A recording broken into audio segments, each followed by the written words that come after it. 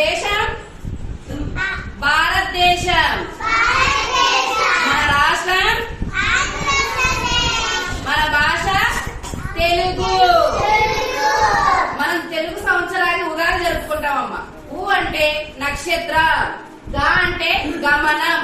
నక్షత్ర గమనాన్ని తెలియజేస్తుంది కాబట్టి ఉగాది జరుపుకుంటాం. మన తెలుగు సంప్రదాయ దుస్తులు ఏంటమ్మా? చీర, పంచ. ఉగాది రోజున ఉగాది పచ్చడి చేసుకుంటాం కదా. ఉగాది పచ్చడిలో మనకి 6 రుచులు ఉంటాయి. షడ్ రుచులు అంటారు. షడ్ రుచులు అంటే ఎన్ని రుచులు?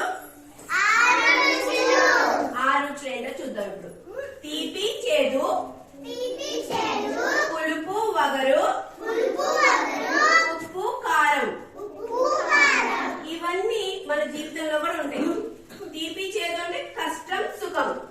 కష్టం, సుఖం అంటే మనం బాగా ఇప్పుడు కష్టపడి చదువుకున్నాం అనుకోండి, ఫ్యూచర్ లో ముందు కాలంలో ఏంటి, మంచిగా ఉద్యోగాలు చేసి డబ్బులు సంపాదించి సుఖంగా ఉంటాం. అలాగే పులుపు, వగరు, గెలుపు, ఓటమి.